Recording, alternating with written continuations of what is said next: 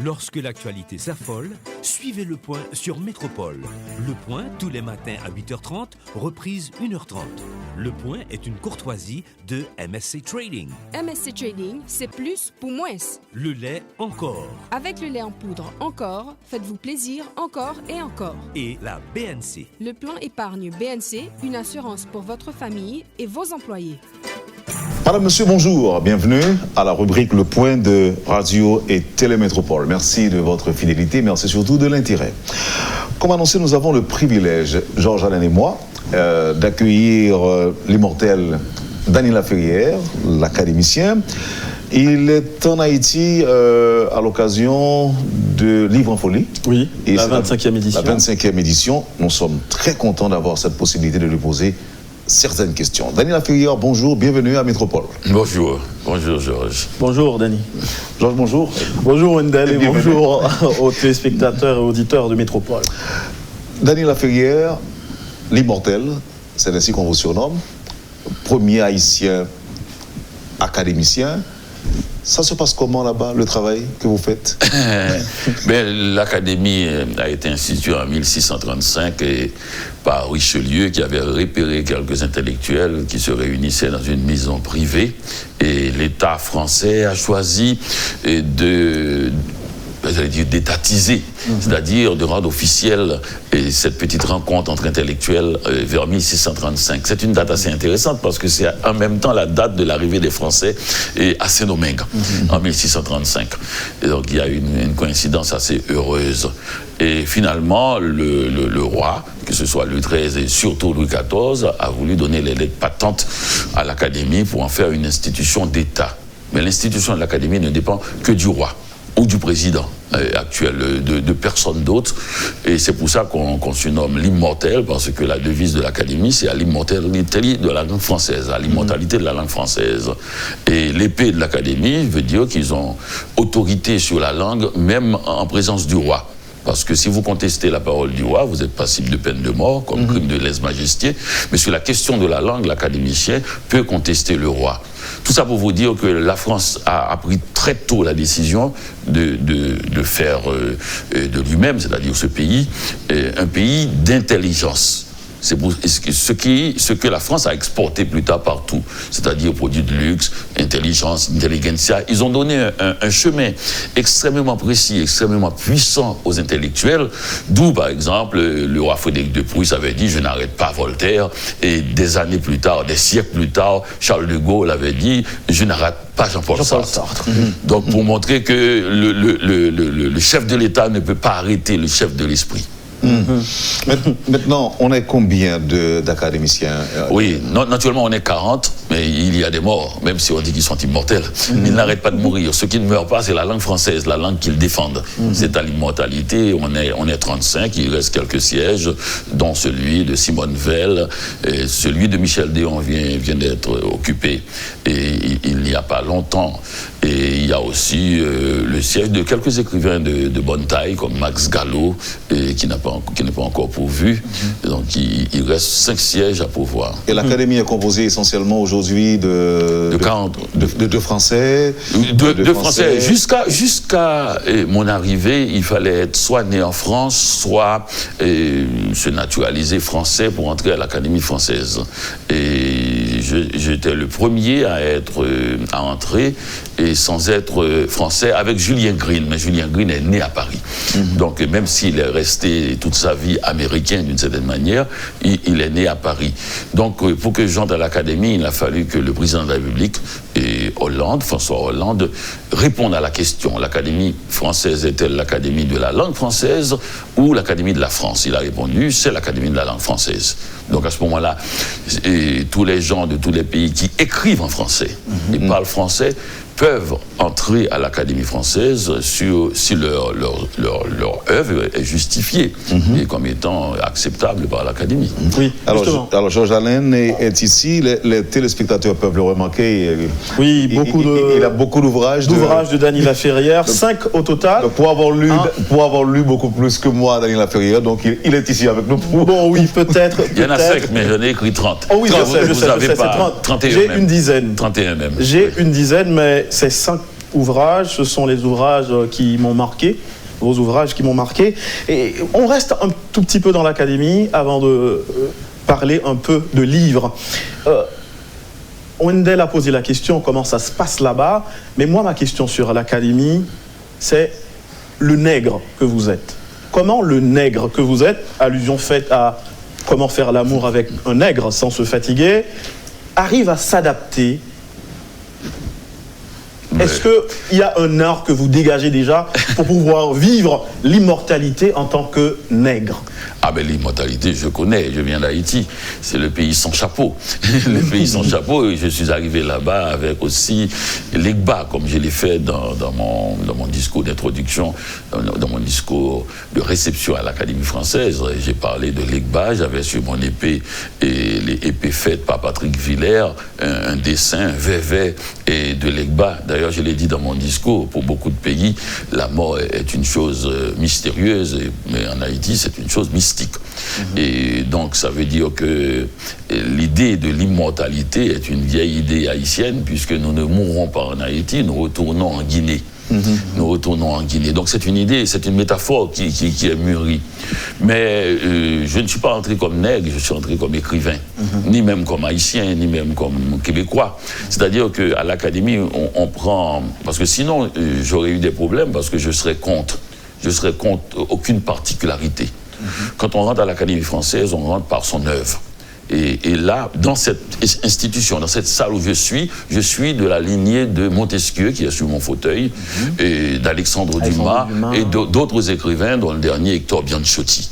Donc, quand, par exemple, en France, on me dit, moi, en tant qu'haïtien, je dis non, je suis haïtien, je suis né haïtien. Et il n'y a pas de débat là-dessus. Mais quand vous parlez d'académie, il faut parler d'écrivain. Parce que les gens prennent ça pour vous particulariser et donner l'impression que c'est une sorte de... Vous êtes dans une catégorie spéciale, la catégorie de gens qu'on ajoute à l'académie comme des ajouts, comme un privilège qu'on donne à ceux pour la francophonie. Non, je ne suis pas dans la francophonie à l'académie. Je descends du fauteuil numéro 2, point. Et quand un académicien comme Di Cocteau, c'est quelqu'un qui après sa mort devient un fauteuil, on lui donne le nom, le numéro 2. Donc c'est cela, tout simplement. Et ça, c'est important à préciser pour empêcher à ce que les gens puissent croire qu'il y a une forme de spécialité, qu'il y a, et de là à dire qu'il y a des académiciens moindres qui l'auraient tout simplement passé par, quand on a ouvert la barrière à ceux qui ne sont pas forcément français. Non, c'est Montesquieu. Est-ce que le Canada, où vous avez passé un certain nombre d'années, est-ce que ça a joué, est-ce que ça a aidé pour être entré à l'académie? Et non, c'est les 30 livres. Pas du tout. C'est vraiment l'œuvre, parce que je suis là, j'ai assisté, j'ai participé à déjà près de 8 à 9, disons, élections. Ah non, pas du tout. Même le président de la République française ne peut pas vous faire entrer à l'Académie française, on l'a vu. Il y a des ministres qu'on a rejetés dernièrement. Et vous savez que Zola a été rejeté plus de 19 fois.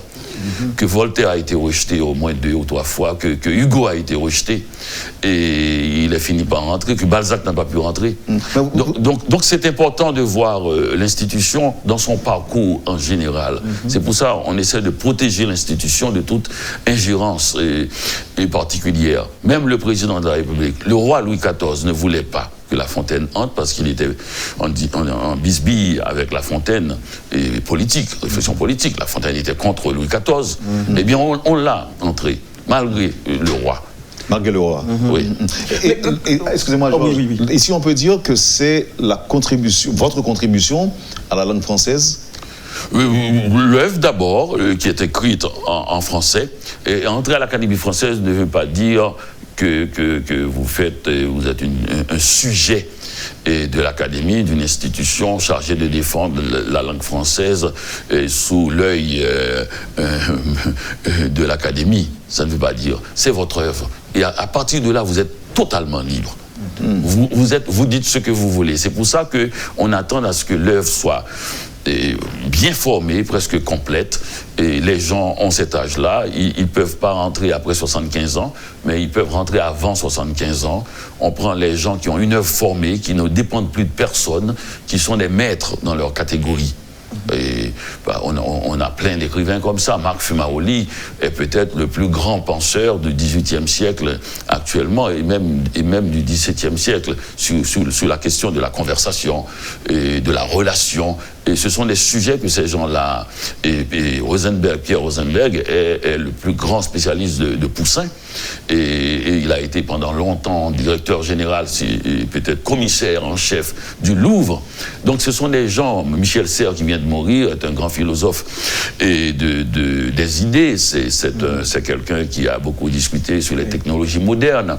Et donc chaque personne, et Jules Hoffmann, mon voisin un peu en oblique, il est prix Nobel de biologie. Et Valéry Giscard d'Estaing a été président. C'est pas parce qu'il a été président, c'est parce qu'on a besoin de quelqu'un, quand on arrive sur les questions du pouvoir, qui peuvent nous donner l'heure juste, qui sait de quoi il s'agit, qui n'a pas été autour du pouvoir, mais au cœur du pouvoir. Donc à l'Académie, c'est à la fois l'universalité et la diversité. Ça, on le saisit. Oui, absolument, bien. La diversité. On le comprend bien. Mais est-ce que la vie à l'Académie, c'est comme au monastère? La question est bête, je n'en dis rien. Non, pourquoi bête? Enfin, de toute façon, chaque fois que quelqu'un dit ma question est bête, c'est toujours la meilleure. C'est-à-dire, c'est comme il dit, je vais voir si tu es bête. Et si vous êtes bête, c'est ça que ça veut dire. Et non, la question n'est pas bête du tout. C'est pas une vie de monastère parce qu'on ne reste pas caché à l'intérieur de l'Académie. Mais c'est vrai aussi un peu monastère parce que dès qu'on entre pour la première fois, le premier jour, tout le monde se lève pour vous saluer, toute l'Académie. Et on vous dit, monsieur, l'Académie vous salue aujourd'hui et elle vous saluera une seconde fois à votre départ. Ça fait un frisson. Mais en même temps, ça vous acclimate avec l'idée de la mort. Parce que quand vous entrez à l'intérieur de la salle quand on discute du dictionnaire, de la langue, de la vie en général aussi des autres pays, dans cette salle, nous n'avons reçu jusqu'à présent que 19 personnes. Et en commençant par Pierre le Grand, Christine de Suède, et Élisabeth Ier, pas celle qui est là maintenant, mais Élisabeth Ier. Et par exemple, le dernier qu'on a reçu, c'est le président de l'Allemagne, pas Merkel, parce que Merkel n'est pas présidente, elle n'est pas chef d'État, elle est chancelière, mais il y a un président. Oui. Et donc on ne reçoit que des chefs d'État pour participer à une séance. Donc jusqu'à présent, à 450 ans près, on a reçu 19 personnes. Alors précisons pour le public, monsieur, on salue votre entrée à l'Académie et on vous saluera une deuxième fois. C'est votre départ qu'on saluera. Et ici, quand on parle de départ, on fait allusion à votre mort. Oui, tout à fait. Tout à fait. Mais ça veut dire c'est la continuité et c'est l'acceptation de la mort qui fait que on parle d'immortalité. Parce que la mortalité vient du fait quand on se fait intimider par la mort. Et c'est là le côté moine que vous pouvez la comparaison peut être juste dans ce cas-là. Maintenant, Dany Laferrière, on va un petit peu parler de comment faire l'amour avec un nègre sans se fatiguer, parce que ce livre est écrit à la même année que moi, en 1985. Votre naissance? Oui, je suis né en 1985 et ce livre est écrit en 1985. Comment faire l'amour avec un nègre sans se fatiguer, sans point d'interrogation? Oui, je pense que c'est beaucoup plus vague, plus évocateur. Et le point d'interrogation serait une adresse trop directe au lecteur. C'est plus paisible. C'est plus paisible, c'est pour ça que je l'ai mis sans point d'interrogation. Généralement, dans les titres, on met rarement les points. On termine même pas. Je pense même pas qu'il y ait de points du tout. Non, il n'y a pas de point du tout. Ok, on reste toujours dans Comment faire l'amour avec un nègre sans se fatiguer. Ce livre est né presque de la douleur, en quelque sorte, parce que à un moment, vous trimiez au Canada, des petits boulots à n'en plus finir, et pour sortir de cette vie, l'idée d'écrire vous était venue. Maintenant, est-ce que c'était l'art pour le pain et non l'art pour l'art? Oh, vous savez, ça se dit bien avant dans sa tête, ça se dit après si ça marche, mais ça ne se dit pas pendant. Pendant, c'est l'écriture. Pendant, c'est la joie d'écrire, c'est l'angoisse d'écrire, c'est la douleur d'écrire aussi, ce n'est pas toujours facile. C'est la gaieté de certains matins quand on a fait une belle page. Et c'est le fait d'écrire, que j'ai décrit volontiers dans le journal d'un écrivain en pyjama, que je vois que vous avez là aussi. Oui. Et donc, vous pouvez avoir toutes sortes de projets quand vous écrivez un livre, vous pouvez avoir toutes sortes d'ambitions. La réalité de l'écriture ne change pas, il faut travailler pour faire un bon livre. Donc, n'était-ce la misère, vous ne seriez pas, misère entre guillemets, vous ne seriez pas Dany Laferrière aujourd'hui? Oui et non, c'est-à-dire, je n'ai aucune, j'allais dire, nostalgie de la misère, et je ne fais pas l'éloge de la misère pour une raison simple, qu'elle n'a pas été gentille avec moi. Il n'y a aucune raison d'en faire l'éloge. Non, c'est simplement que ça a activé, ça a accéléré les choses, ma condition difficile. Et cette condition difficile d'ouvrier dans un pays étranger, quand on a été fils de la classe moyenne, et qui est une situation, un confort personnel pour un homme que même la bonne bourgeoisie internationale étrangère n'a pas. Parce que même eux, ils sont obligés d'aller travailler, et même dans l'usine de leur père, pour essayer de voir comment ça fonctionne, alors que nous, de la petite bourgeoisie, de la classe moyenne, on est des rois. Ma mère refusait que j'aille à la cuisine, et vous pouvez dormir tant que vous voulez du moment où vous êtes en train de lire, et quelque part, que c'est pour reprendre les forces, que vous travaillez bien à l'école. Et c'est quand je vais, et puis aussi j'avais mon tailleur, comme tout le monde à l'époque, j'avais mon cordonnier, comme tout le monde, puisque c'était ça. C'est quand on avait de l'argent qu'on achetait des vêtements tout faits. Et quand j'arrive à Montréal, j'ai dit, j'avais mon tailleur, les gens disent, vous étiez très riche. J'avais mon cordonnier, vous étiez très riche. J'ai dit, non. C'est parce que nous vivions à une époque de grande civilisation, où les petits métiers étaient considérés, où il y avait des quartiers de petits métiers. Oui. En face de l'hôpital général, il y avait les cordonniers, toute la série, et il y avait des tailleurs, il y avait des coiffeurs. Vous voyez, tout le monde vivait. Il y avait des coiffeurs dans chaque quartier. Aujourd'hui, ce sont les coiffeurs qui survivent, tout simplement. Oui, voilà. Oui.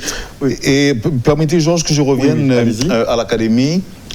Il y a un auditeur de Métropole qui m'a prié de vous poser cette question, à savoir combien de femmes sont actuellement à l'Académie française et combien on fait partie de... Est-ce qu'on se soucie d'un quota quota.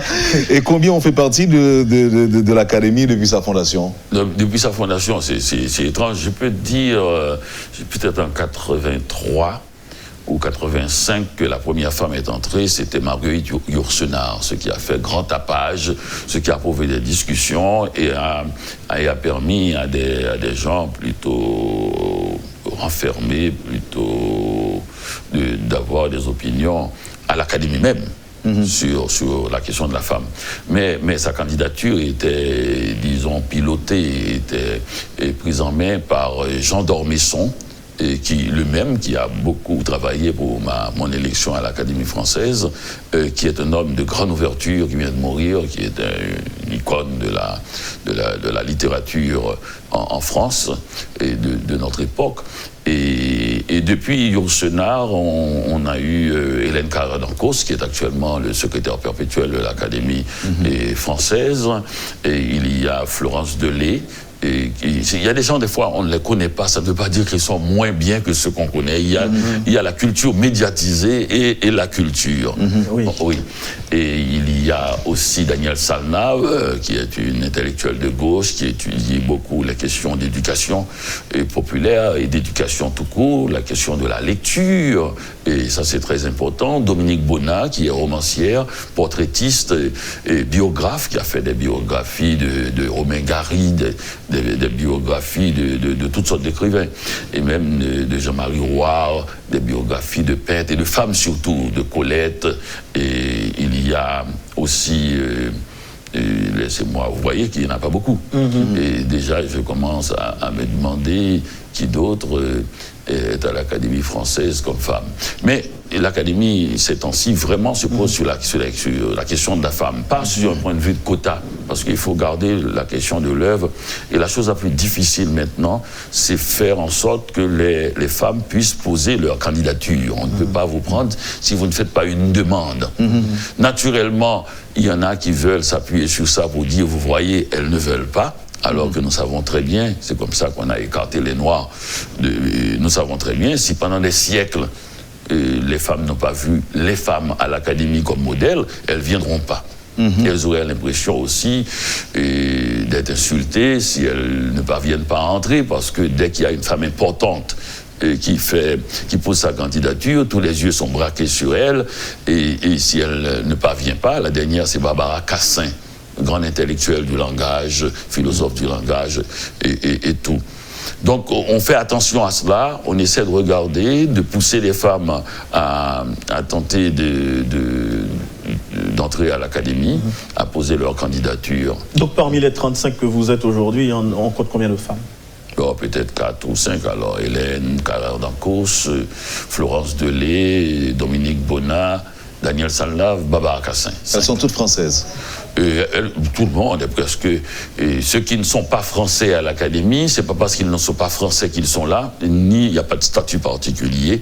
Il y a François Cheng, poète et philosophe, qui a écrit des livres sur la beauté, sur la mort, et qui s'est fait remarquer du grand public dernièrement lors d'une émission de la Grande Librairie sur l'incendie de Notre-Dame, qui est un intellectuel extraordinaire, de culture chinoise, d'origine chinoise aussi, et de culture chinoise aussi.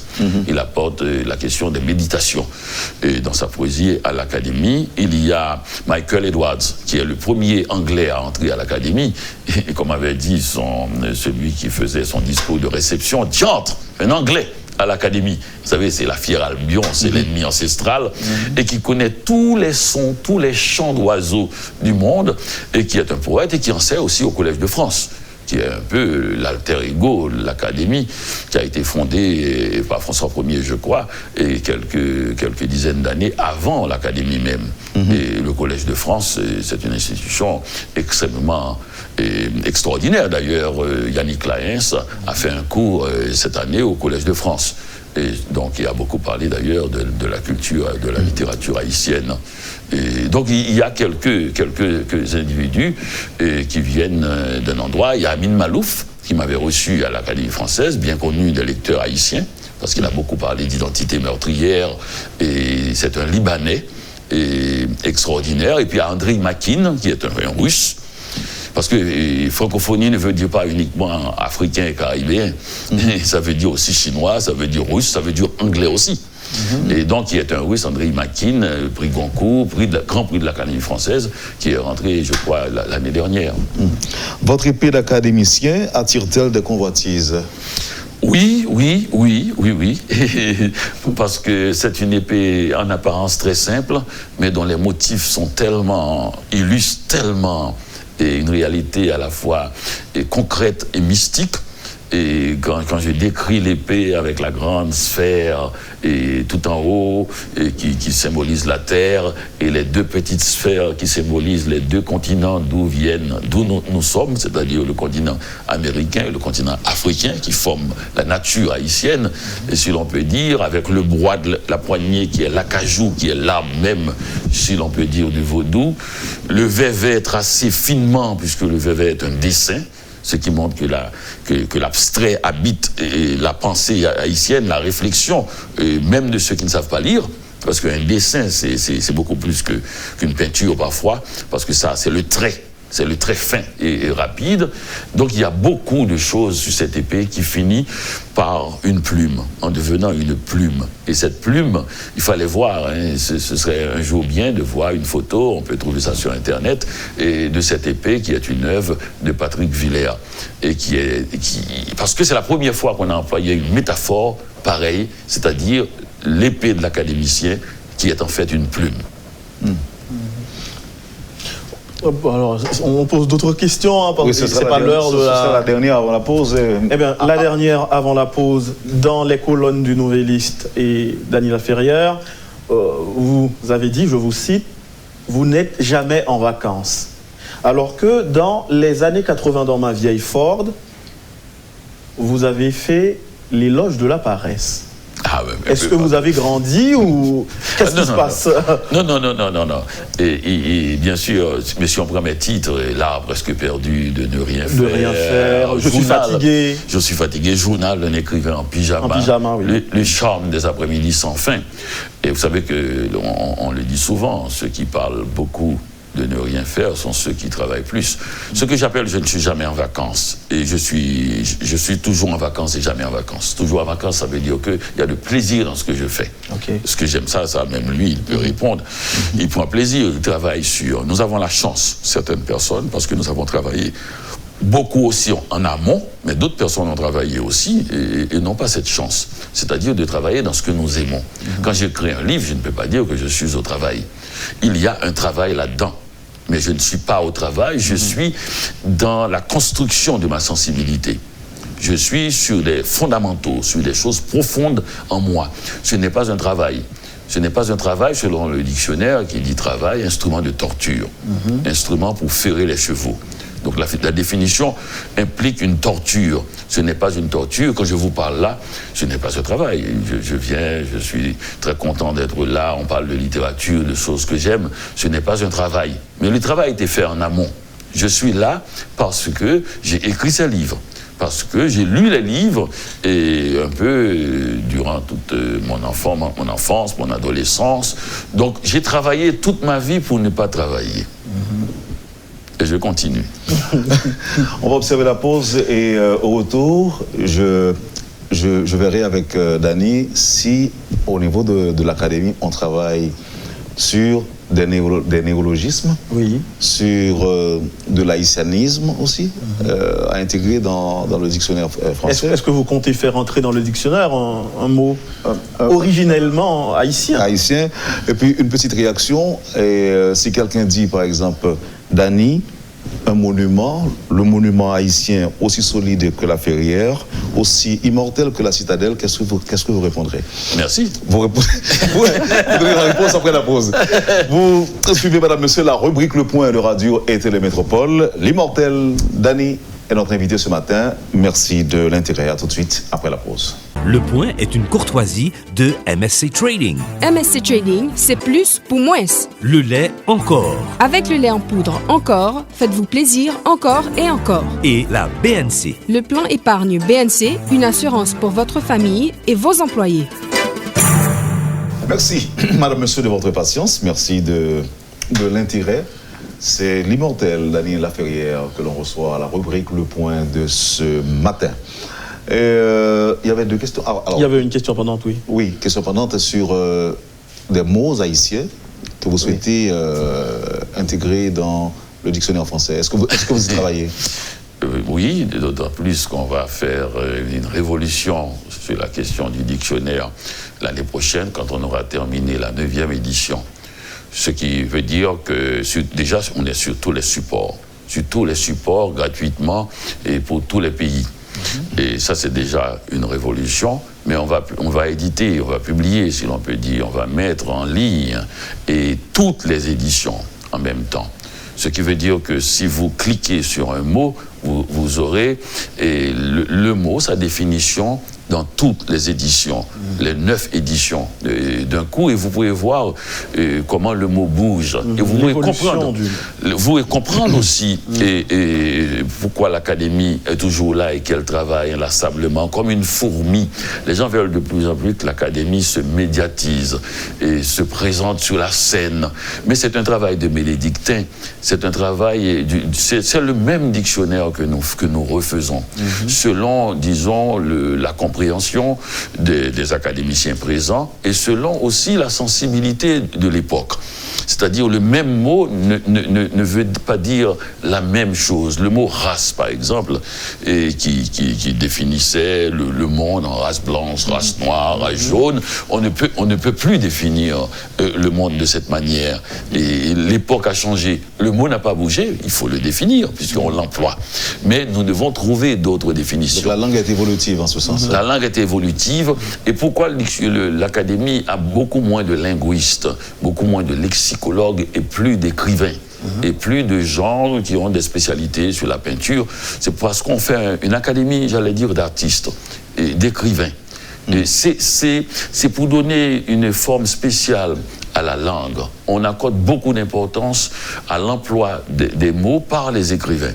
Si un mot, par exemple, tombe en désuétude, au moment de l'effacer, de l'éliminer du dictionnaire, quelqu'un dit « Ah, Lamartine l'a employé, Senghor l'a employé. » Ah, et là, on s'arrête et on dit « On va garder le mot. » Puisque les écrivains de haute lignée l'ont employé, il faut le garder. Donc c'est une académie sensible à la littérature, qui est différente d'un dictionnaire comme le Larousse, comme le Robert, qui a une édition des dictionnaires extraordinaire, mais qui ont une édition annuelle. Nous jusqu'à présent, c'est entre 40 et 50 ans que nous sortons une édition. Nous prenons notre temps.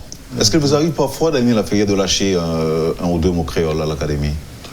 Par inadvertance ou bien volontairement Non, moi je fais le dictionnaire 2 fois par jour, les jeudis. C'est-à-dire que je suis membre de la commission du dictionnaire. C'est une commission, j'allais dire, entre guillemets, plus sérieuse, qui est d'une dizaine de personnes. Nous travaillons vraiment sur le dictionnaire et nous révisons ce qui a été déjà vu en grande séance. Et nous redonnons après les mots en grande séance, ou quand tous les académiciens, plus tard dans la journée, sont là, qui donnent une sanction définitive et qui disent que le mot est établi. Il y a une dame qui m'a demandé de vous poser cette question, Daniel Laferrière. Quelle dimension, quelle caractéristique de votre œuvre a favorisé votre entrée à l'Académie française? C'est l'ensemble de l'œuvre qui... je ne peux pas dire exactement parce que c'est une élection et les élections à l'Académie sont secrètes et il faut attendre peut-être 25 ans pour savoir un peu certaines choses. Mais ce que je peux dire, c'est l'originalité d'une œuvre qui nous importe le plus. Mais pour répondre à la question du créole, je sais que les gens écoutent bien et s'intéressent à cela, des mots. Et il faut dire aussi que les gens me disent, il y a tel mot, est-ce que vous voulez faire entrer ce mot? Quand est-ce que vous allez faire entrer tel autre mot? Mais les gens ne lisent pas le dictionnaire. Et les mots sont souvent là. C'est par exemple quelqu'un qui tourne autour du pied bois. C'est français. C'est français, c'est un français du XVIIIe siècle. La plupart des mots haïtiens qui ressemblent un peu, qui sonnent comme du français, et la plupart sont restés à peu près tels quels. On ne le dit pas dans le langage courant et dans la francophonie, c'est-à-dire la France comprise, mais ces mots sont français et nous, à l'Académie, on ne peut pas les mettre 2 fois. Ce qu'on conseille aux gens, c'est d'aller voir. Au Québec aussi, parce que je suis du Québec aussi, il faut le dire, et on me dit souvent, est-ce que vous allez mettre tel mot québécois? Et j'ai dit, mais lisez le dictionnaire, ouvrez pour regarder, c'est souvent là. Oui, le mot est souvent là. Oui, mais là, on parle surtout de néologisme, par exemple, de nouveaux mots. Oui, de nouveaux mots, mais c'est très... Oui, c'est une bonne question. Et par exemple, le dictionnaire Larousse sort chaque année des nouveaux mots. Nous, les nouveaux mots, comment les faire, puisque nous sortons une édition chaque 40-50 ans. Ce qui veut dire que le nouveau mot a le temps de sortir du dictionnaire. Nous travaillons plutôt sur les mots qui restent. Et parce que, vous savez, chaque année, il y a une flopée de nouveaux mots. Les enfants viennent de l'école avec des mots, ils forment des mots. Des mots qui meurent avec des événements. C'est des mots qui meurent avec des événements. Il y en a qui restent. Par exemple, on commence à entendre de plus en plus, ça, c'est une constante, le goudou-goudou. Et donc, on dit, mais maintenant, est-ce qu'il va survivre à un demi-siècle? Mais donc, on assiste. Donc le dictionnaire de l'Académie française est un dictionnaire d'usage. C'est le dictionnaire de la langue commune, c'est-à-dire c'est les mots que le peuple garde, que nous gardons. Nous ne disons pas tel mot va rester de notre autorité. On n'a pas besoin de faire ça, puisque le dictionnaire prend tellement de temps, l'édition prend tellement de temps avant de se conclure, de terminer, de mettre fin à l'édition, que les mots ont eu le temps d'entrer et de sortir, sans que nous ayons rien à faire. Daniel Laferrière, vous n'êtes pas, en termes d'écriture, Jean-Paul Sartre, vous n'êtes pas un écrivain qui a un style lourd, vous êtes plutôt camusien. Bon, ça c'est ma déduction, mon jugement de vos écrits.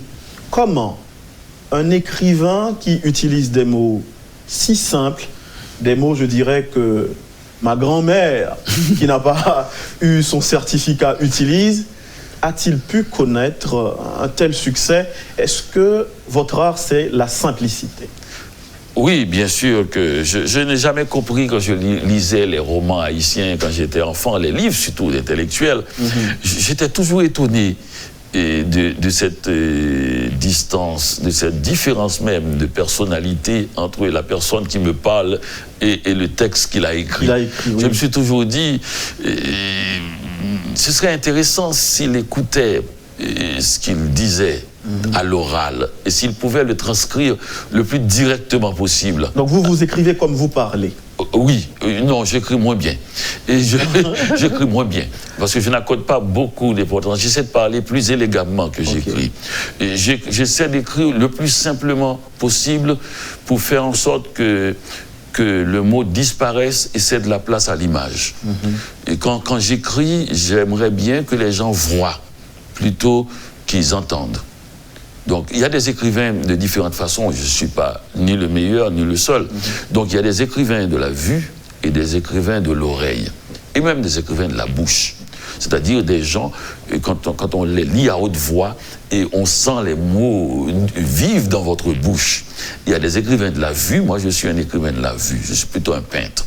Et je dirais même un peintre primitif. Parce que je suis pas très... Je suis très sophistiqué, je le dis, mais je ne veux pas que ça paraisse. Pour dire, je ne laisse pas j'allais dire, le prix du cadeau sur le cadeau. C'est parce que, tout simplement, que c'était bien conçu. Parce que, n'est-ce pas qu'on rapporte que tout ce qui se conçoit bien, c'est donc... clairement. Oui. Et les mots pour le dire arrivent aisément. Comme par enchantement. Comme par enchantement. Mais je ne suis pas, par exemple, le seul haïtien, parce que Gouverneur de Laosé, qui est un chef-d'œuvre, à mon avis, et de l'avis de tous les Haïtiens aussi, et de tous ceux qui l'ont lu à l'étranger. Chaque fois qu'on me demande un livre haïtien, j'ai dit, pour entrer dans la littérature haïtienne, c'est mieux d'entrer par Gouverneur de Laosé. Il est très simple. Jacques-Stéphane Alexis est très bariolé, et pourtant c'est un immense écrivain aussi. Et c'est notre force d'avoir Alexis, d'avoir Roumain et d'avoir Chauvette.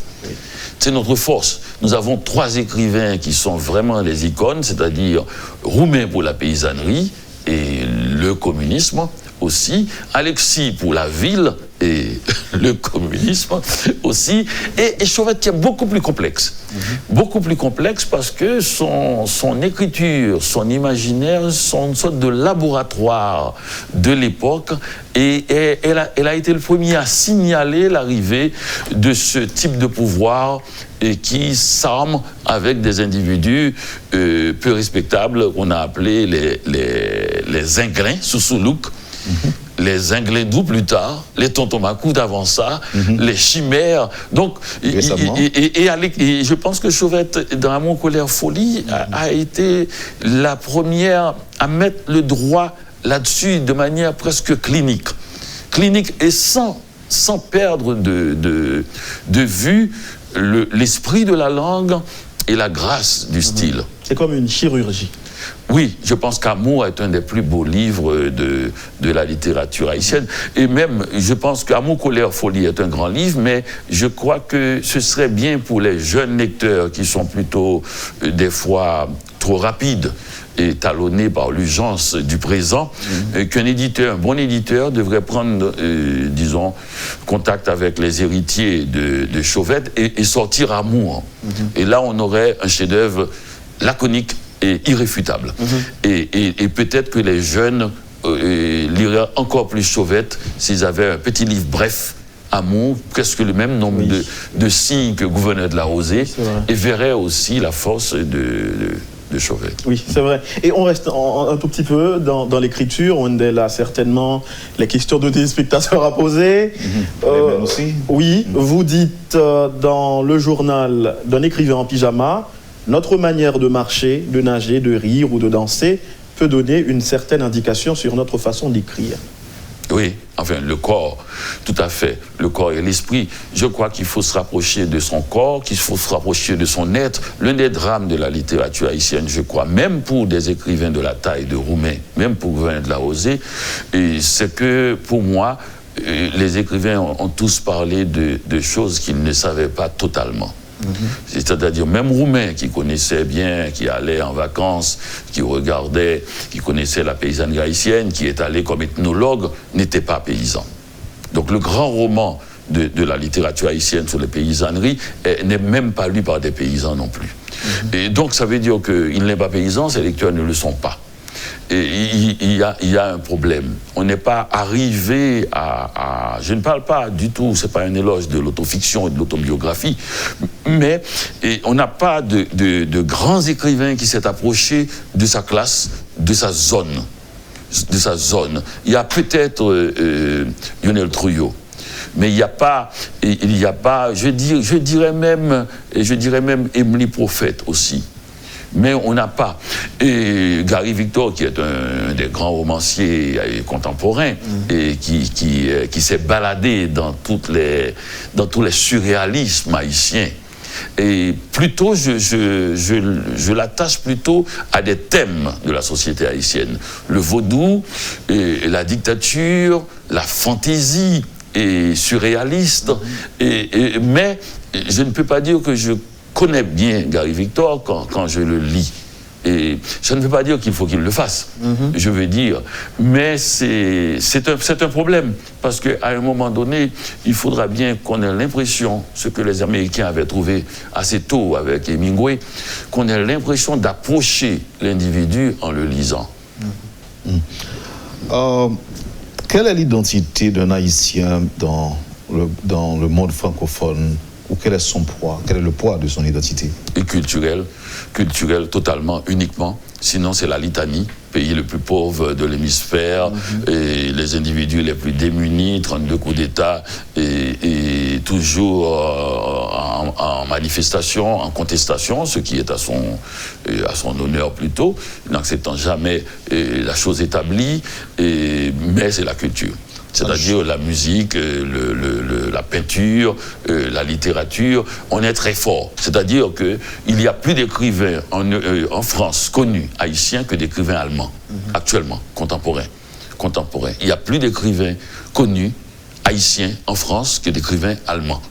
Il y a eu la grande époque du tambour, la grande époque de Günter Grass, la grande époque de ces écrivains-là, de Hanke, mais cette époque-là est terminée et il n'y a pas de nom connu. Alors qu'on connaît facilement Yannick Laens, qu'on connaît facilement Lionel Trouillot, et qu'on commence à connaître Gary Victor, que certains spécialistes, c'est-à-dire les gens qui aiment la littérature et la poésie, connaissent Davertige, connaissent Franck Etienne, et des spécialistes encore plus secrets connaissent Magloire Saint-Aude, et d'autres écrivains parmi les très jeunes, comme Mackenzie Orsel, comme Jeff Snowell, et beaucoup plus d'autres qui vont arriver à chaque fois, et comme Néhémie.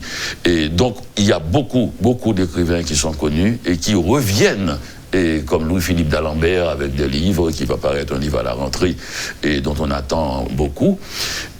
On a une présence, on a une cohérence, et on a dépassé les écrivains de la créolité et Chamoiseau confiant, et qui sont restés, et Glissant qui est au firmament, mais il n'y a pas une nouvelle génération. Alors qu'on a l'impression que les Haïtiens, c'est sans cesse, c'est un renouvellement sans cesse. D'ailleurs, ce que l'on fait maintenant, Live en Folie, le festival Live en Folie, et qui se fait montre la vigueur et la force, parce que c'est par le nombre qu'on finit par surgir, par fleurir. Quelques-uns finissent par disons, apparaître. Et donc c'est très important de continuer à émuler, c'est-à-dire à donner goût aux jeunes de lire d'abord. Ce serait intéressant de faire une politique de la lecture, parce qu'il ne faut pas qu'ils se précipitent à écrire avant de lire. Il y en a qui le font. Il faut d'abord passer par l'école de la lecture, qui est une école de modestie et un apprentissage beaucoup plus fécond, et qui permet de commencer à écrire. Quelqu'un a demandé tout à l'heure, est-ce qu'il y a une idée Quelle est l'idée qui vient quand on va commencer à écrire? C'est pas une idée qui doit arriver. C'est lire beaucoup, lire. Et à un moment donné, il ne va pas avoir une idée, il va y avoir un monde. On n'écrit pas avec une idée, on écrit avec un monde qui a envie d'apparaître, que vous avez envie de dire. Si vous dites, en monde. Oui, si vous dites c'est mon enfance, tu vois, c'est pas une idée. Alors mon enfance, maintenant vous allez vous pencher sur votre enfance et vous allez voir que il y a beaucoup de choses que vous avez oubliées de votre enfance qui vont surgir. Vous allez devenir une spécialiste de votre enfance. Vous prenez un carnet, vous notez des choses dont vous vous souvenez le soir. Vous vous souvenez d'une petite chose, la couleur d'une robe, la mer, le goût salé de la mer. Vous essayez d'écrire ce que vous avez reçu comme émotion en voyant pour la première fois un papillon, une libellule. Qu'est-ce que cela veut dire pour vous, les voisins, les amis, le football, et les jeux de poupées. Vous écrivez sur un carnet comme ça de manière plongaillée. Vous remplissez des carnets. Et puis à un moment donné, cet univers va se présenter à vous et vous allez commencer à écrire. Donc ce n'est pas une idée qui doit être à l'origine d'un livre, c'est un monde, le vôtre, qui vient de votre ventre. Vous pouvez ne pas dire « je », vous pouvez le mettre en roman. Vous pouvez vous appeler Marie quand vous vous appelez Josette. Mais ce monde-là doit vous habiter. Est-ce que vous lisez encore? Mais sans cesse, je lis plus que j'écris. Okay. Je lis. Il faut toujours lire, c'est le grand plaisir. Le livre est une offrande. Donc vous lisez Dany Laferrière? Je lis Dany Laferrière, oui. Mais quand j'écris d'abord, je lis beaucoup de moi. Et quand le livre est sorti, je le lis aussi. Je lis jusqu'à ce que je n'en peux plus. Charité bien ordonnée. Oui, je le lis pour moi-même. Et je le lis avec plaisir. Mais je ne le relis pas, si l'on peut dire. Je n'ai pas relu L'énigme du retour, je n'ai pas relu le journal d'un écrivain en pyjama. Mais chaque fois que quelqu'un me parle d'une chose qu'il a lue dans un de mes livres et qu'il a aimé, dès que je rentre chez moi, je vais voir ce qu'il a lu pour essayer de ressentir la saveur qu'il a eue dans la bouche au moment de cette dégustation. Alors, on est justement à deux doigts de passer outre ce qui a été convenu et entendu entre nous. Oui. Porter Dany à s'exprimer en créole aussi. Ah oui. Ah bien, oui. Non, pas porter, je ne fais que ça. Oui. Et il y a un auditeur qui dit pour demander pour lui un mot sur le créole, et le projet de la langue. Projet de quelle langue? Créole. Bon, bah, projet créole, ça a occupé des millions de monde. Mais c'est ça, une langue, c'est tout le monde. C'est tout le monde, au contraire même, c'est le monde qui est dans la rue. Écrivez en fait pour transcrire émotions, pour bailler mots de couleurs différentes, pour montrer que mots a une vie. Par exemple, les gens disent mots, ils disent non activité normale, ils disent bon, ok, on va le faire marcher là. Mais l'homme était dans l'écriture, on n'a senti plus vivant. Il qu'on fait dans le livre et dans la langue qu'on fait là dans la tête. Donc, il une importance capitale et pour langue vernaculaire. Mais moi, j'ai été choisi depuis longtemps pour m'écrire en français pour une sorte de rayonnement universel. Je voulais cela. Et puis, il m'était peur tout pour ne pas venir trop folklorique si m'écrit en créole. Ça m'a dit, c'est pas insulte pour créole là. C'est tempérament, moi. Parce que, vous remarquez qu'en français, tout n'est pas écrit en français ronflant qu'on écrit dans le discours. Parce que m'élever moi-même sur Duvalier, dans la lecture du journal de Nouveau Monde, l'immarcessible, le truc, c'est toujours avec des mots ronflants. Et donc, je ne pas écrit en français comme ça. Si je tape écrit dans le créole, je ne tape même moi, c'est en créole, je écrit, parce que le tape tellement simple. Et donc, moi, j'étais peur au début, je libre à écrire, je me trouvé trop particularisé. Je trouvé la langue là trop belle. Il était trop belle dans la langue là, il était éloigné de côté direct là. Des fois, on a dit, mais pourquoi ça a écrit différent de parler? Voilà, c'est ça. C'est toujours la question que je pose. Pourquoi ça, le n'a pas nous dit sujet, le n'a pas dit sujet. Bon. Oui. Et puis, le avec dit sujet. Ben oui, non, mais le problème créole, là, son problème politique. Oui. Son problème politique. Et le problème politique haïtien, son vrai problème lié dans le sens que le mot problème n'est pas négatif. C'est que la société haïtienne née de tout pays. Parce que les nés dont guerre d'indépendance étaient esclaves sous tout sol là. Donc tout le monde égal. C'est là, oui, égalité. C'est peut-être ça, malgré la situation dramatique qu'il y a en Haïti tout le temps, nous ne pouvons jamais arriver, nous avons une guerre civile, je crois, avec Bois et Bazelet, et la zone Miragouane, nous ne pouvons jamais gagner vraiment une guerre civile parce que nous avons une légitimité qui est totale dans la naissance pays. Tout le monde était en guerre. Et tout le monde, tout esclave qui était dans le pays, même des propriétaires d'esclaves, étaient en guerre contre le système colonial, là, parfois. Donc, ce qui fait que les gens n'y a parlé, nous toujours une grande importance au peuple, malgré tout ça, on dit. Donc, nous essayons de passer par base qui est bas. Mais, en même temps, nous avons une erreur qui est faite, parce que toute langue a un niveau de langage. C'est pas parce que c'est français qu'il faut comprendre Jean-Paul Sartre. Pour comprendre Jean-Paul Sartre, il faut aller à l'école d'abord. Ensuite, il faut prendre un cours de philosophie pour comprendre l'être le néant. Et ensuite, il faut bon un cours de philosophie pour comprendre ni. Donc, Haïtien dit créole parler, créole comprendre, faux. Créole parler, si je veux comprendre, on va comprendre. On va comprendre. Sinon, on doit parler en daki. Daki n'a pas dit parler non langage qu'on va comprendre. Non, nous doit parler des bagages ou pas comprendre. Ou pas comprendre. Si vous voulez parler, vous capable parler philosophie en créole ou pas comprendre ni et même si me clair. Sous pas réfléchir sur problème yo. Donc c'est ça que passe. Donc un niveau obligatoire pour quelle que soit la langue. Bon populisme dans la réflexion sur question créole là. C'est-à-dire que c'est la base là, c'est créole parler, créole comprendre. Si nous parler créole, nous tout à comprendre tout le monde et puis tout le monde a comprendre toute bagaille. Non, c'est pas vrai, c'est faux. Il y a comprendre soit apprendre. Ou à comprendre soit réfléchir. Ou à comprendre tout pour faire toute langue. Tout pour faire toute langue. Tout français pas dans l'académie. Et toujours sur question créole, là, il y a un auditeur qui me pose une question ça pour lui. Qu'est-ce que vous pensez de l'académie créole AKA ou bien AK? Et est-ce que l'expérience ou pas d'académie structurée académie créole? Oh, non, pas chef, non. Pas du tout, maintenant, académie, parce que yo élu dans l'académie et m'pas gain aucune expérience sur ça.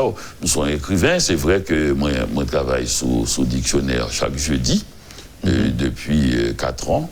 Et c'est vrai, moi, ouais, comment il fait un peu, fait commencer. Comment il y aurait un peu un dictionnaire, mais je ne vais pas jamais invité dans l'académie créole là, je ne vais pas jamais assister à une séance. Donc, je ne sais pas qu'on est dans quel niveau il est. Il doit non plus haut niveau que moi. Et donc, je ne suis pas capable, dans ce cas-là, aider. Et puis, je ne sais pas qu'on est du tout. Et c'est peut-être ça m'a parlé de l'académie française là, pour montrer peut-être ça capable de l'autre monde l'autre idée. Pour me parler comment ils construisent.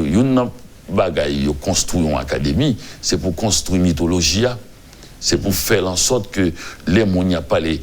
Et il y a des gens qui disent oui, mais l'académie française là, c'est une académie bon grand monde, c'est une académie pas de monde en France qui est occupé de lire encore des faux. Même le français a joué à l'académie, et c'est elle qui fait même boué. Au contraire, c'est pour rien, il fait 450 ans. Il passait la Révolution française, il passait toute bagaille, la qualité de bagaille qui vient passer dans toute année. Ça, on considère comme un patrimoine. C'est ça. Et pour cela, c'est parce que vous voulez pour le médiatiser. Et pour un bagaille important. Et quand la question de l'âge là, c'est pas une question qui garde Haïti. Haïti est bien content pour le grand monde qui est plus grand monde.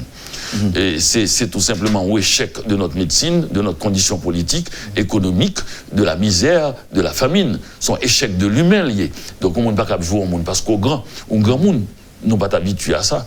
Puisque l'Africain dit que un vieillard qui meurt est une bibliothèque qui brûle. Ça, c'est bagaille européen qui passait qui est capable d'une vieillesse longue, qui fait maintenant promotion du jeunisme et de la jeunesse. La font promotion de la jeunesse parce qu'ils ont besoin de vivre le plus longtemps possible et de tout, disons, confort que la jeunesse là-bas, de tout privilège plutôt que la jeunesse là-bas. Mais en fait, nous devons entrer dans le type de parole ça, de dire, monde c'est grand monde, puisque à l'académie, si on publie plus de livres que monde qui dehors, en termes de nombre de livres, puisque leur grand monde, ou écouter grand pile dans Tiwao, ou capable de publier. 2 derniers œuvres, bon, je n'ai pas dit œuvres, c'est ça? Non, niveau de langage, c'est œuvre. Parce que mon langue l'attendait, il dit œuvre, tout s'il voulait. Bah pourquoi gentil monde dit œuvre? 10 œuvres, bon oui. 2 derniers œuvres. C'est pas à l'école, et puis c'est à l'école, il dit œuvre. Bon, ouais, c'est aussi simple que ça. Aussi simple. Alors, il y a quelques questions dans ce sens-là. Oui, 2 derniers œuvres écrits à la main, manuscrits, avec des dessins bien faits, selon moi, parce que je suis un artiste. Pour qui ça? D'où est venue l'idée d'écrire une œuvre à la main et les fautes sont restées, les erreurs? Oui, sont corrigés, disons, sur place. Sont corrigés. Il y a des fautes aussi que je n'ai pas corrigées parce que je ne les ai pas vues. Oui. L'intérêt d'écrire à la main, c'est que quand vous faites la faute, ce n'est pas l'éditeur ni le correcteur, c'est vous-même.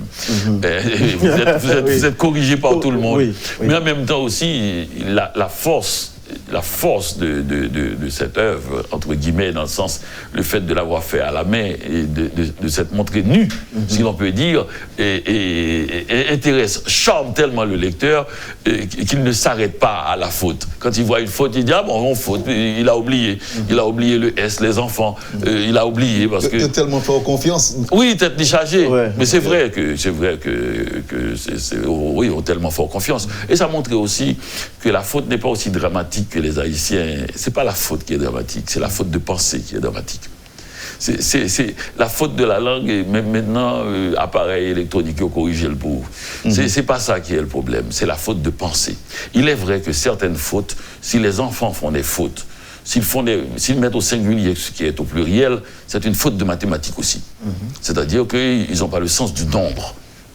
Donc là, si on n'a pas de connaissance, ce n'est pas une faute, son bagage plus grave que cela. Il faut remonter maintenant à l'essence de la langue pour lui expliquer. Le pluriel veut dire beaucoup. Et s'il n'a pas sans ça, le sens du volume, il peut avoir des problèmes avec une certaine configuration du monde. Avant nous refermer interview sur Livre en folie, 25e édition, et gagne une remarque. Il y a des gens qui disent aujourd'hui qu'il y a des gens qui ne parlent pas aucune langue humaine. Ils disent ça parce que il y a des gens qui commencent à parler français, pendant qu'ils parlent français, ils introduisent un mot créole, ou bien pendant qu'ils parlent un mot créole, ils font 2-3 mots anglais là-dedans, ou même dans l'embarras, parce que pour ta au diapason, avec mon nom, il faut que vous êtes capable de faire même bagarre dans tout. Par exemple, là, parler français, et puis il faut 2-3 mots anglais là-dedans, ou même tout. Il faudra faire même bail là. Et il y a un peu de monde qui est très critique par rapport à cette façon de parler. Est-ce que c'est point de vue pour vous-même? Point de vue par moi, d'abord, tout individu est libre de s'exprimer. Et l'expression, sa forme d'expression, il n'a de compte à rendre que la personne avec laquelle il s'entretient. Donc, il faut remettre les choses à leur base première. Toute forme d'expression n'est pas forcément publique, n'est pas forcément officielle, ne doit pas être forcément sanctionnée. Les gens ne l'ont pas là. Et même certaines fois, avec certaines jeunes filles, quand j'étais adolescent, on aurait bien aimé plutôt qu'ils nous donnent une preuve, c'est-à-dire un baiser. Donnez-nous une preuve. Donc ça veut dire que le langage est beaucoup plus complexe que cela. Ce n'est pas uniquement une affaire d'académie, une affaire de sanction de l'autre. Le langage, c'est la vie. Si quelqu'un vous apporte une bonne nouvelle, il te met dit dans n'importe quoi. Oui. N'importe quoi. Comme le côté pour Barou, je parlais même loger comme la Barou. Voilà. Daniel voilà. Non, mais juste un petit mot. Oui. Mais ce que je veux dire, que aussi, si on soigne le langage, ou à soigner, ou à augmenter le nombre de monde ou capable avec. Si vous parlez au mosso ici, au mosso là, au mosso, de toute façon, déjà, saluer haut, parce qu'on a pile langue. On a pile langue, c'est pas très grave que cela. Mais que peut-être ou pas brouiller, c'était comme un petit gens mettaient plus application leur parlons langue pour parler une seule langue pour l'autre là capable de comprendre. Et puis pour ne pas penser que c'est Shelby qui a fait tout. Comme si on saute New York ou bien mot anglais ou qu'on est comme ça. Et en tant qu'écrivain, qui conseille au cabaye jeunes de nos jours qui plus étaient sur les réseaux sociaux, ils n'ont pas presque fait lecture encore? C'est l'époque. C'est l'époque aussi. Mais ça, moi, premièrement, c'est qu'on n'a jamais autant lu dans l'histoire humaine. Il faut déjà, parce que même sur les réseaux sociaux, il est obligé de lire. Et je souhaité que, premièrement, pour comprendre comment on graphine les mots, il faut je souhaité que un peu plus, c'est-à-dire prêter légèrement plus attention. Parce qu'on n'a jamais autant écrit dans notre histoire. Déjà, même simplement, il y a 1700... livres ou 1853 ou il y a 178 auteurs qui pourraient aller participer dans Livre en folie. On va te connaître comme ça. Nous, même quand nous pensons comme ça, quand on pensait en Haïti, d'abord c'était une affaire de classe sociale. C'était petite bourgeoisie et classe moyenne qu'on avait écrit, une dizaine de monde réunis, et puis dans cette salle-là. Élitiste. Oui, dans cette salle-là, il y a 50 personnes, et puis si on a un nouveau écrivain, nous commençons par le baptême de feu. C'est-à-dire, nous tous dit que le livre n'est pas bon. C'est à 4e livre-là que nous acceptons dans le club-là. Qu'on y a des gens qui ont écrit, qui n'ont pas demandé pour boire un saut de qualité. C'est peut-être un problème aussi, parce que l'espace critique là vient rétréci. Et violence, disons, commerciale, là, puisque l'organe tout auteur, ça, tout livre, ça, ou assiette là, il y a pile morceau pour diviser, et comme, donc, il y a moins en moins de monde qui vivent de littérature, donc, bah, là, vient créer en difficulté, mais moi, quoi, c'est moi positif, libre allié, à la fin. Est-ce que le moteur de recherche, pas fait 20 livres baissés?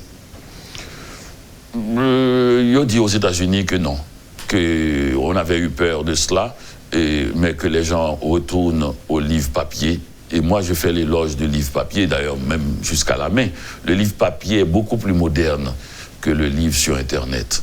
Parce qu'il n'a pas besoin d'électricité, il n'a besoin de rien. Il dit son île déserte. Ça veut dire qu'il n'y a pas d'électricité. Et qui livre vous a comporté, c'est sûrement pas un appareil parce qu'on a perdu l'électricité. Après 2 jours, pas plier encore. Alors que si on caisse livre ou bien une dizaine de livres, on doit lire, relire. Et si là, dans mon dictionnaire. Est-ce que tu n'as pas d'avantages et inconvénients? Parce que livre en tout, par exemple, les questions de température, les cas mouillés, les cas perdus. Oui, bien sûr que le cas mouillé, bien sûr que le cas perdu, même pas dit ça dans le sens que l'autre n'a pas d'avantage. Moi, je dis ça parce que l'autre là, trop importance. C'est normal, son nouveau-né. Il a trop importance. Moi, je dis, qu'on les humains, des fois, pas de mémoire longue. Depuis on va à une 9, ils ont plongé sous lit. Oui, c'est ce que vous faites. C'est ce que vous avez fait pendant les 30 dernières années, les 20 dernières années. Et qu'on y a retourné pour équilibrer bagaille là, parce que l'homme a toujours additionné finalement. Quand la peinture et la photo est arrivée, on a dit que la peinture était terminée, puisqu'on a fait une photo, on n'a pas besoin de faire un paysage, et pourtant la peinture est restée. Et quand le cinéma est arrivé, on a dit que la photo était terminée, puisque on est capable même de faire paysage là en mouvement. La photo est restée. Quand la télévision est arrivée, on dit on est capable de faire un cinéma à la caillou. Donc, ça a besoin de lancer la salle de cinéma. Peut-être Haïti, nous n'avons pas une salle, mais à l'étranger, nous n'avons que salle de cinéma arrêtée. Et quand l'Internet est arrivé, on a dit que la télévision était finie. Et la télévision est restée. Donc, les humains, pour leur bien, pour leur rendre hommage, ont toujours additionné finalement. Et c'est ainsi que le monde se fait. Et c'est pour cela qu'il ne faut jamais parler de seul sujet. Maintenant, nous sommes obligés de finir. Dis-nous, Daniel Laferrière, qui ça ou a offert? On connaît que présence, vous voulez dire, en pile bagaille. Est-ce qu'il y a des conférences de Daniel Laferrière? Il n'y a que ça. Dans 25e. Non, mais je ne sais pas. Non, ce que j'aimerais offrir, c'est essayer d'aller voir le plus grand nombre possible d'écrivains, essayer de rencontrer le plus grand nombre possible de lecteurs, et puis, on connaît, il va le faire en pile, et donc essayer de signer les livres pour les gens et de causer avec eux. Donc, je ne crois pas qu'il y ait une grande montagne de livres, puisque les commandes peut-être étaient arrivées trop tard, ou bien je ne sais pas, ou bien les éditeurs n'en avaient pas. Et donc, ça veut dire qu'il y a possibilité que je finisse avant, comme dès qu'on signe en 2010. Donc, ça va permettre moi d'aller où est mon niveau. Aller parce que d'arrêter pour une façon 5 à 10 minutes avec plus d'écrivains possible dans ce temps où côté a écrit. Si ça te grave à tirer mon yo pour acheter un livre mon yo pas t'as pas acheté parce que l'autre me dit qu'on prend comme dado c'est moi même qui ai invité donc m'chita et puis on vini et en fil et puis dernière fois moi capable boire de l'eau. Mais je oui, parce que si mon voulait, c'est moi pour signer, pour venir, pour envahir moi. Je ne suis pas capable de faire autrement. Oui. Je ne suis pas capable de faire autrement. Mais si mon petit espace libre, je prends ça au sérieux, c'est-à-dire, et prends ça comme le maire du village, le village du livre. Ok. Et excusez-moi, Georges, peut-être on va prendre la possibilité de poser la dernière question. La dernière question, ok, sans problème. Il y a une bonne chance pour me poser avant dernière. Oui. Daniel Laferrière, Franz Duval, qui coordonnait intervention émissions dans des médias, tu es très clair avec nous que Daniel Laferrière, c'est livre, c'est écriture, lecture, c'est conférences, c'est académie. Oui. Daniel Laferrière, c'est pas politique. Non, c'est ça que politique là. Pour moi, le livre est la chose la plus politisée, la plus politique aussi, et de tous les temps, puisque toute démocratie ne peut se faire sans le livre. Est-ce qu'on n'a pas de inquiétude par rapport à la mobilisation qui est dans la rue ces derniers jours, lorsque il y a coïncidence à livre en folie et Daniel Laferrière qui a rentré en Haïti dans un contexte difficile, crise politique, crise sociale. Tout fait question au fond seul, c'est même question de gain. On va connaître ça. Alors, Wendell pose aux questions, hein, on comprend ça se lit. Même temps, mais fini par. Et est-ce que dans l'énigme du retour, là, je viens un peu dans le livre, dans l'énigme du retour, on voit un jeune homme qui est revenu pour enterrer son père, etc. Et arrivé en Haïti, c'est pas l'Haïti de ses souvenirs qu'il a vu. Est-ce que aujourd'hui là, ou vini pour 25e édition Livre en Folie, c'est pas Haïti tout est qu'on est en ouais? À cause de ça qui a passé, ça obtient des radios. Tout homme dit étranger au ça. Et sous pas l'Haïti pour dire que attendre pour radio pour dire Haïti calme tant qu'on bloque glace ou pas pour aller. Et c'est dès qu'un article, il y a peut-être une quinzaine d'années, dans le quotidien La Presse de Montréal, qui était dit « Allez en Haïti », c'était le titre de l'article. Parce que Haïti était dans une situation dramatique, les Sahara. Et parce que Haïti, on connaît une situation dramatique, oui. C'est pas pour une fois. Donc, il y a un compte durer des années. Songez, Cédras, c'est pas que ça. Et c'est ça, c'est le petit problème que avec l'analyse politique. C'est vrai que la génération roule en telle vitesse que nous ne pas de mémoire de bagaille. Et son ville, Port-au-Prince, qui a une histoire terrible, jeudi, on a fêté, il fait en 1749. Donc, en 2019, son ville de bouleversement, son laboratoire lié. Donc, ce n'est pas le Haïti calme, soit tant de niveau vini. Donc, moi-même, je me demande comment Haïti est, c'est pas Bagaille Blanc qui m'a demandé comment Haïti est. Parce que les gens me demandent comment Haïti est, me dit Haïti est Haïti. Il faut prendre Jean Liéa, il y a un mouvement, il faut étudier historiquement, on va pouvoir pointe Lio, et puis on va pouvoir baisse Lio. On va pouvoir remonter li, on va pouvoir tout mouvement li. Mais sous étudier bien tout, c'est pour pas monde fouiller, non, une cohérence totale. Et moi monter cohérence là jusqu'à les deux premiers partis politiques haïtiens. Et que je ne cesse de le dire, c'est le Parti national et le Parti libéral. Le parti de Edmond Paul et le parti de Boye-Bazelec. Le parti de Boye-Bazelec, le Parti national dit le pouvoir au plus grand nombre.